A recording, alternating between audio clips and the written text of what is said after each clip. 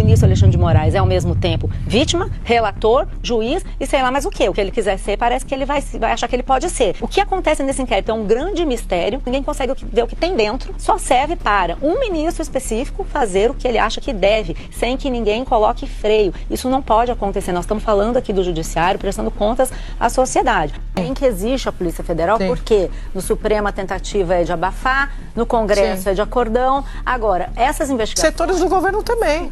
Exatamente. Inclusive, o PT da Bahia tem lá seu risco com relação ao Vorcaro, né? Tem toda uma história que fez com que o Vorcaro virasse, e o Master virasse esse banco grande a partir do crescimento que eles tiveram na Bahia, com a carteira de crédito consignado e tudo. Mas onde que eu estou querendo chegar? Eu acho que o presidente, os marqueteiros do presidente estão dizendo para ele que essa vai ser uma questão. Então ele está se diferenciando porque já está chegando perto dele. Você tem desde o INSS com o Lulinha ao Master chegando aos ministros, tem Lewandowski, o Guido Mantega, todo esse entorno do Lula. Então o que ele está querendo dizer? Isso aqui não diz respeito a mim. Toda vez que ele tem chance, ele fala isso. E aí, eu acho que tem um outro ponto que ele está identificando, que é o seguinte, esse caso, como você está falando, a Polícia Federal vai continuar investigando, você tem investigação no Rio, no Amapá, em Alagoas, só em relação ao fundo de pensão estadual, tem uma investigação em São Paulo que está andando sobre o Master como um todo, tem uma investigação em Brasília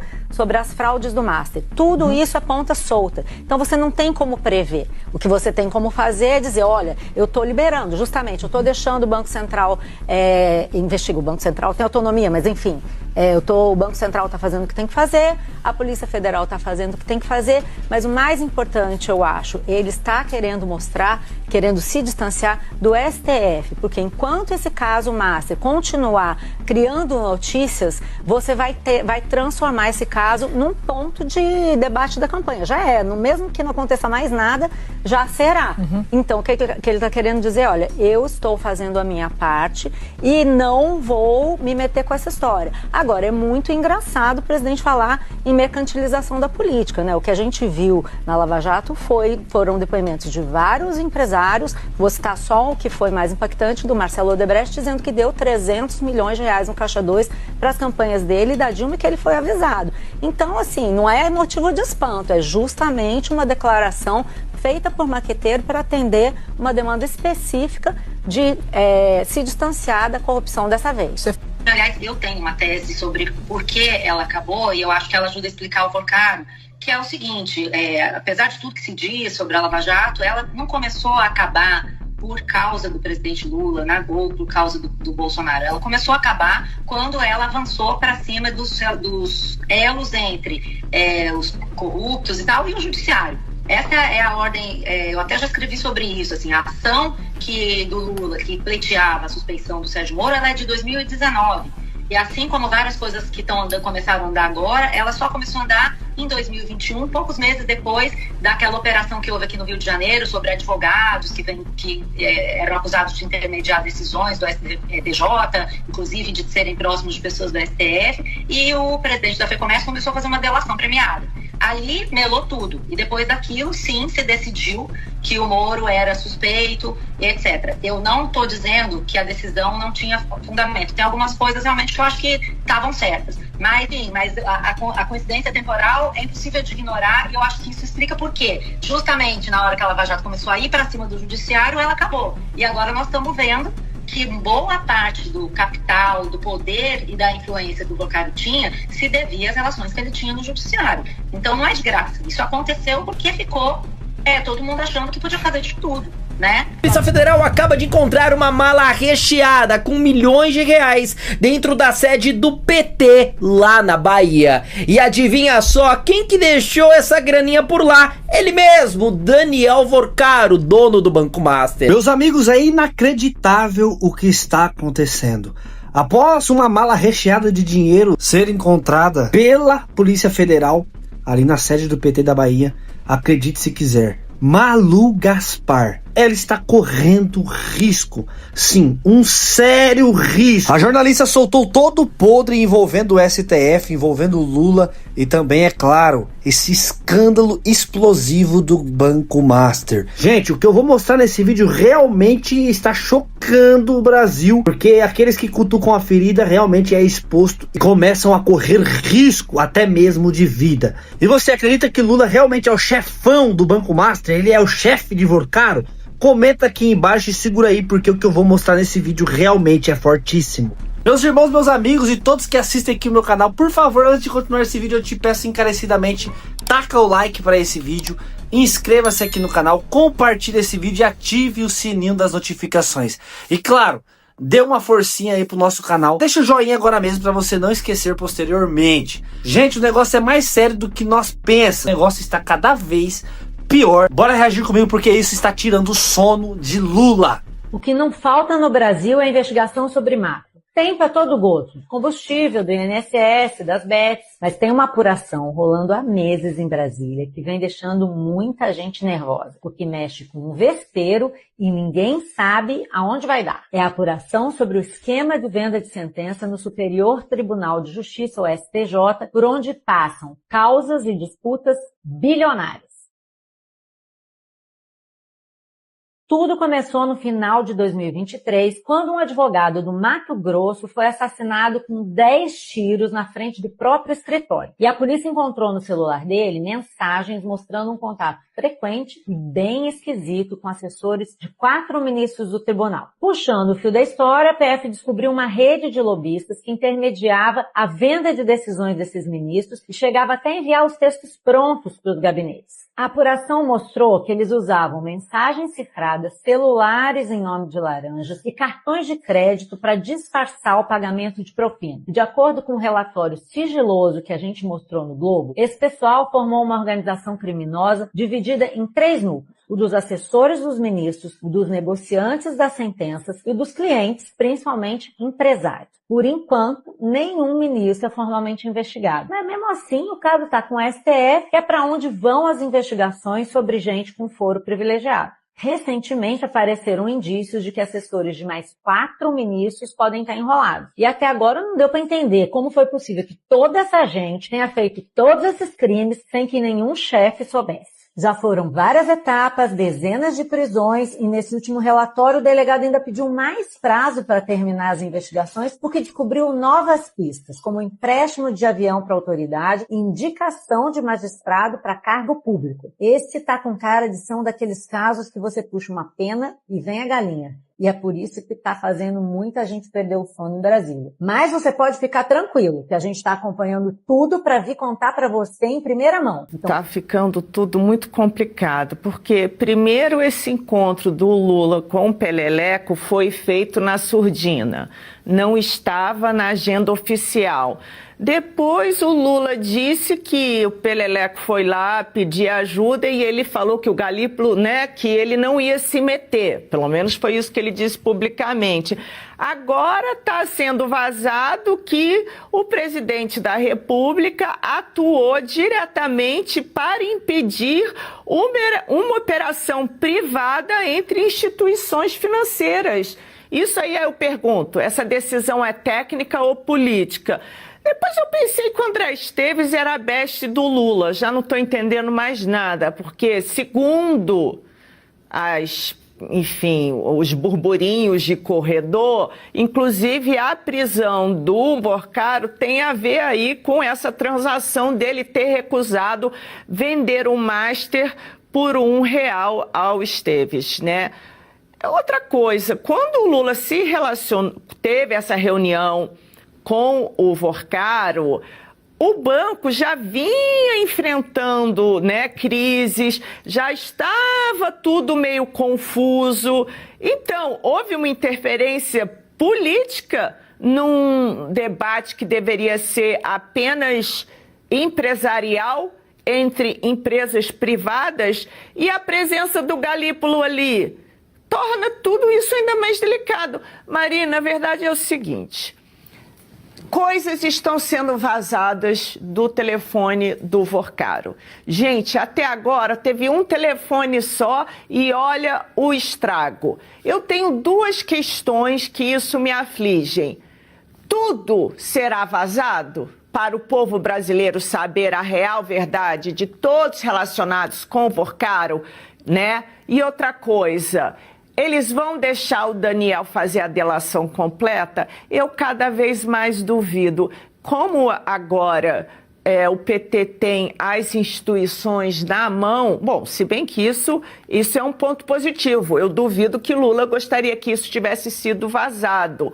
Mas eu tenho a impressão que a gente está vivendo um jogo de, sabe, caça o rato. Joga um pouquinho ali, joga um pouquinho aqui. O brasileiro quer saber a totalidade desse escândalo ecumênico, né? Quem Vorcaro comprou, o que foi conversado, e é muito esquisito essa reunião particular entre Daniel e Lula aconselhando ele, dizendo que ia mudar o presidente do Banco Central, enfim, é estranho. Começou a queima de arquivo do maior roubo da história dos nossos aposentados. Senhora Iris Ferreira foi encontrada morta em sua residência no Vale do Mucuri, Minas Gerais. Essa que era dona de uma empresa que prestava serviço direto para a Conafer. E nós temos dois pontos importantes. Primeiro, o senhor Carlos Lopes, presidente da Conafer, que está foragido da justiça, que teve a sua prisão decretada através de um pedido nosso da CPMI, tinha um caso amoroso com dona Iris Ferreira.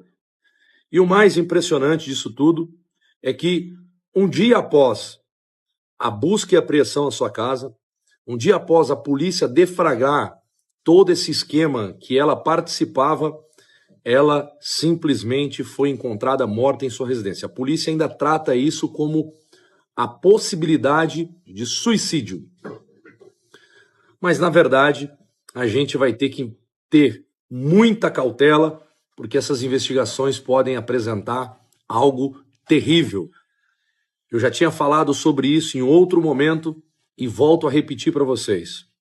A partir deste momento, ao longo caminhar da CPMI e os desdobramentos que estão tendo, nós vamos ver muitas queimas de arquivo ao longo desse processo.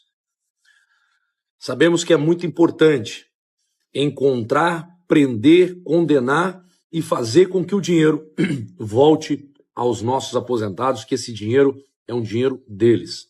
Então, uma informação muito importante para vocês, já que a grande imprensa parece que não deu muita atenção a este que é um caso muito sério.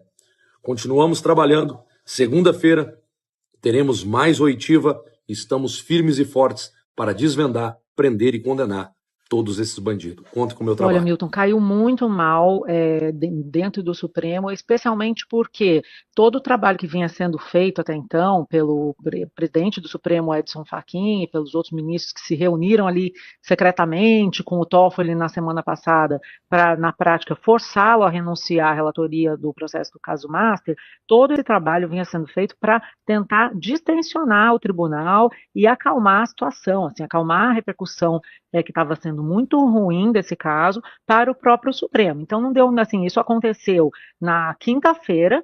Na sexta-feira houve muita tensão porque vazou o conteúdo dessa reunião de uma forma que, segundo os próprios ministros, foi tão literal que isso despertou suspeita de gravação, de que o ministro Toffoli teria gravado os outros ministros, e não deu nem, sei lá, nem chegou a terminar o carnaval. Na terça-feira de carnaval de manhã, já tinha a Polícia Federal na porta dos auditores da Receita para apurar um vazamento, Milton Cássia, que ninguém sabe exatamente o que é. Nós estamos deduzindo que o que o ministro Alexandre de Moraes está querendo é apurar a origem dos vazamentos de informação que levaram as nossas matérias, a minha, no caso do Lauro Jardim, sobre o caso Master. Mas isso o ministro não diz, né? O ministro, quando manda fazer um levantamento sobre vazamentos, na nota oficial que o Supremo divulgou, ele fala em uma coisa assim, vazamento indevido de dados com suspeitas difusas e de difícil dissipação, usando termos propositalmente vagos, porque ele não quer dizer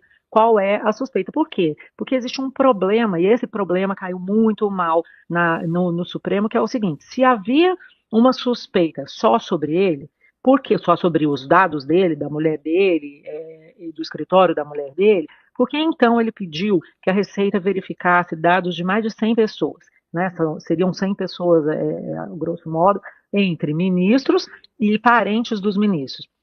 Né? Se era um vazamento localizado, para que olhar o dado de tanta gente? Ele encomendou da Receita Federal que fizesse um rastreamento em todos os acessos aos dados de todas essas pessoas para verificar se houve acesso ilegal e já com vistas a checar um vazamento.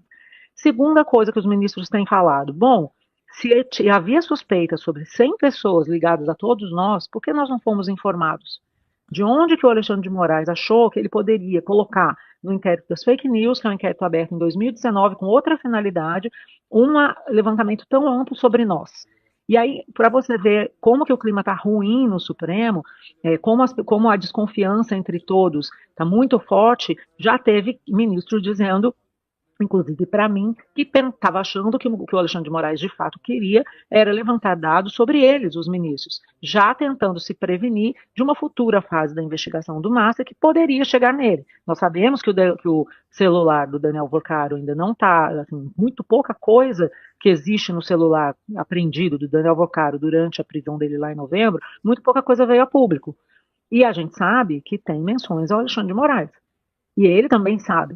Então, dentro do Supremo, há uma desconfiança também de que toda essa ação possa servir para prevenir alguma ofensiva sobre o próprio Moraes, e mais, como cortina de fumaça para o que de fato tem que ser discutido, que são o contrato da mulher dele, que até hoje não explicou, e a questão do ministro Dias Toffoli, que também, assim, se afastou do processo. Mas e as relações dele com o Vorcaro? E o pagamento de 35 milhões de reais pela participação no resort, que até outro dia ele nem assumia que era dele? Então tem muita coisa estranha envolvendo o Supremo com o Master e o Daniel Vorcaro que precisa ser apurada. Mas o que eles estão fazendo agora é se auto-atacar, porque o ministro Alexandre de Moraes tomou uma atitude à revelia de todos os outros e está sendo apoiado, por um lado, né, internamente pelos ministros que costumam apoiá-lo, segui-lo nas decisões, mas cada vez mais a gente detecta um incômodo entre mais e mais ministros. Ontem, falando com alguns deles, a informação que eu recebi é que foi unânime esse desconforto com o fato de ninguém ter sido avisado. Como assim? Tem suspeitas sobre nós, sobre os nossos parentes, e a gente não sabe? Então, a coisa está muito mal parada, sabe, Milton? Porque a questão é que, aparentemente, o Alexandre de Moraes e os outros ministros não estão entendendo o tamanho do problema que esse caso passou a representar para o Supremo. A ponto de, na semana passada, muita gente se referia ao caso Massa como o caso Toffoli. Quer dizer, você tem a maior fraude financeira do Brasil sendo investigada e, no fundo, o que as pessoas estão prestando atenção? Como é que o ministro do Supremo está enredado com um banqueiro que executou essa fraude financeira bilionária? E em relação, Malu, a essa investigação contra os auditores da Receita, também vem causando bastante estranhamento essa investigação ter sido incluída no inquérito das fake news, né?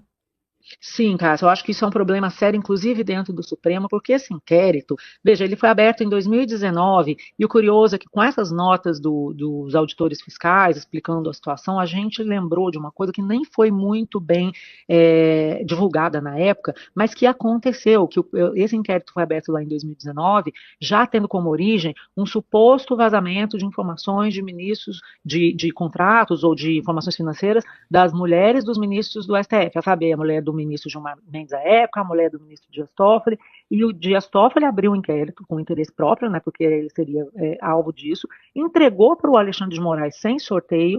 O Alexandre de Moraes manda fazer uma ação e afastar os servidores da Receita que supostamente teriam feito o acesso indevido aos dados dessas mulheres, e o que o Unafisco, a entidade dos auditores, lembrou a nós, e eu fui pesquisar e foi isso mesmo, é que esses auditores depois foram reintegrados porque não se descobriu nada sobre eles. O próprio Alexandre de Moraes reintegrou porque não tinha prova de que esse acesso, que era um acesso que tinha ocorrido como parte de uma investigação de muitos CPFs, e aí sem querer eles entraram ali, entraram ali e perceberam que tinham pessoas ligadas aos ministros, mas não foi uma investigação focada naquilo. o próprio ministro Alexandre de Moraes mandou reintegrar esses servidores. Então, veja, você tem uma investigação em 2019 que já iniciou errado, né? A vítima decidindo abrir investigação, decidindo quem ia ser o investigador, quem seria o juiz. Bom, você já tem um contexto ruim, mas além disso, a investigação avança e você descobre que não tem nada para investigar. O que você faz? Fecha o inquérito. Não, o inquérito continuou aberto e foi virando outras coisas, foi se travestindo de outras coisas. Virou o inquérito das fake news, mas primeiro ele era um inquérito para apurar essa coisa dos auditores, ele virou um inquérito para censurar matérias da revista Cruzoé que mostravam trechos da delação do Marcelo Odebrecht em que ele falava que o Dias Toffoli era o amigo do meu pai, ou seja, o amigo do Lula, e Odebrecht se referia a ele como alguém influenciável. E foi virando outras coisas, virou um inquérito para apurar milícias digitais, virou um inquérito para apurar fake news dos bolsonaristas, e ele nunca foi encerrado, nunca foi prestado contas à sociedade. Em 2020, o Supremo chegou a chancelar esse inquérito, numa votação de todos os ministros. E aí o Fachin falava, mas precisamos, nessa votação, que a gente tome cuidado, porque o veneno, isso pode virar um veneno contra nós mesmos. Pois é, virou um veneno. E o que a gente está vendo, tanto na reunião do que houve secreta do Supremo e que vazou, e agora com o silêncio diante da atitude do ministro Alexandre de Moraes, é que a responsabilidade pelo que está acontecendo é do próprio Supremo, porque os ministros se protegem. O próprio ministro Flávio Dino disse na reunião, que a gente sabe que ele falou porque vazou, que ele é STF Futebol Clube, e os ministros se protegeram, fizeram com que o Toffoli renunciasse, mas fizeram uma nota apoiando o Toffoli, dizendo que não há problema nenhum na atitude dele, e agora, novamente, estão em silêncio diante de uma atitude que, nos bastidores, eles criticam e muito. Então, assim, hoje o que a gente está vendo? A população chocada com as atitudes que o Supremo, especialmente os ministros Alexandre de Moraes e Dias Toffoli, vem tomando, e do outro lado, o Supremo em convulsão interna, mas ao mesmo tempo em silêncio, ninguém toma atitude sobre nada. O resultado existe um fosso gigantesco entre a população, a sociedade e o Supremo Tribunal Federal.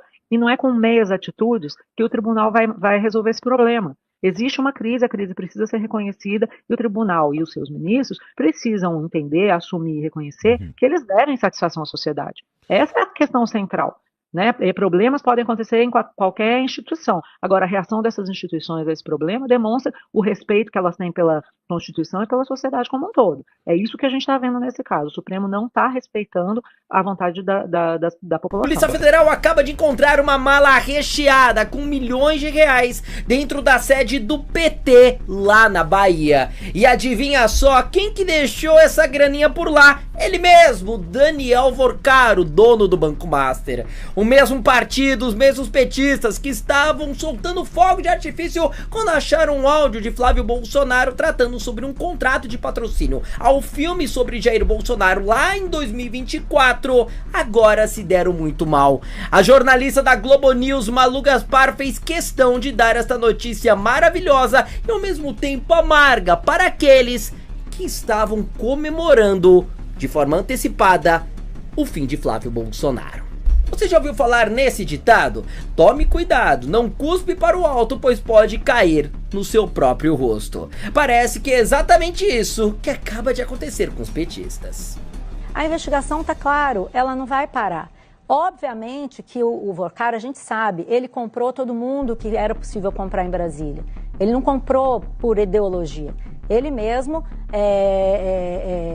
já disse que falava com políticos de todos os partidos. Tem aí a questão do PT da Bahia. Não me parece que até o final da eleição vai ficar só na direita. Ocorre que...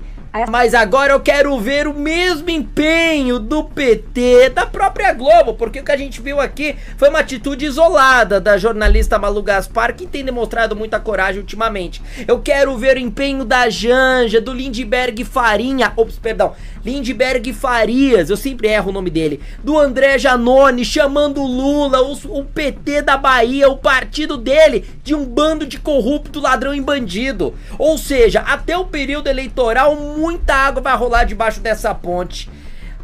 A Malu Gaspar deixou claro que está certo, que vão encontrar muita grana dentro do PT lá na Bahia. Tudo do Daniel Vorcaro. Então vejam só, enquanto há uma preocupação com o patrocínio de um filme lá em 2024, ou seja, mais de 2 anos atrás, do outro lado nós temos Um partido que, segundo investigações, segundo a jornalista da Globo, Malu Gaspar, há um envolvimento sujo, porco. Mas não, essa mesma turma estava rotando moralidade, estava rotando ética. A casa caiu. E para deixar o nosso domingo ainda melhor e a próxima semana começar de forma espetacular, eu quero te mostrar uma reportagem que acaba de ir ao ar do Jornal Nacional, também da Globo, informando que a reportagem do Intercept, uma mídia de esquerda alinhada com o governo Lula e que inclusive já foi acusada de receber até dinheiro do PCC, não deu certo. Flávio Bolsonaro disparado e pode vencer no primeiro turno. O Datafolha divulgou uma nova pesquisa com intenção de voto na eleição presidencial. O Datafolha pesquisou 3 cenários de segundo turno. No primeiro, a disputa entre Lula e Flávio Bolsonaro. Em dezembro, Lula tinha 51%. Em março, 46%. Em abril, 45%. Agora, 45% de novo, com a margem de erro de 43% a 47%. Flávio Bolsonaro tinha 36% em dezembro. Em março, 43%, depois 46%, agora 45%. Na margem de 43% a 47%. Lula e Flávio Bolsonaro aparecem empatados. Votos em branco, nulos ou nenhum dos candidatos, 12%, depois 10%, 8% e agora 9%. Não sabem, 1% em todas as pesquisas. Agora tá tudo muito claro do real motivo que uma mídia de esquerda ligada ao governo do PT ter divulgado os áudios e com a expectativa alinhada dele, só que fracassou, é claro, de derreter o Flávio Bolsonaro. Imagina só o Lula, a Janja, o Haddad, todo mundo sentadinho vendo lá os estrategistas, né, políticos do PT, vendo que tudo que eles fizeram não deu certo. Que eles se lascaram e muito, e que tudo isso fez, na verdade, com que o povo tivesse ainda mais certeza do candidato, que é Flávio Bolsonaro. A investigação tá claro, ela não vai parar. Obviamente que o Vorcaro, a gente sabe, ele comprou todo mundo que era possível comprar em Brasília. Ele não comprou por ideologia. Ele mesmo já disse que falava com políticos de todos os partidos. Tem aí a questão do PT da Bahia. Não me parece que até o final da eleição vai ficar só na direita. Meus amigos, as eleições estão chegando e estamos vendo que o negócio está cada vez pior. E você, acredita que o PT é uma rede criminosa? Você acredita que Lula é o chefão? Comenta aqui embaixo. Realmente está difícil a situação do Brasil e se o PT continuar no poder, não sabemos o que pode acontecer com o nosso país. E claro, eu quero saber de você, em quem você vai votar em 2026? Flávio Bolsonaro ou vai continuar mantendo Lula no poder? Comenta aqui embaixo, deixa a tua opinião aqui abaixo desse vídeo e claro, não esqueça de compartilhar esse vídeo, de deixar o joinha, porque isso está dando o que falar. Deus abençoe você que assistiu comigo, fique com Deus e até o próximo vídeo se Deus quiser. Fui!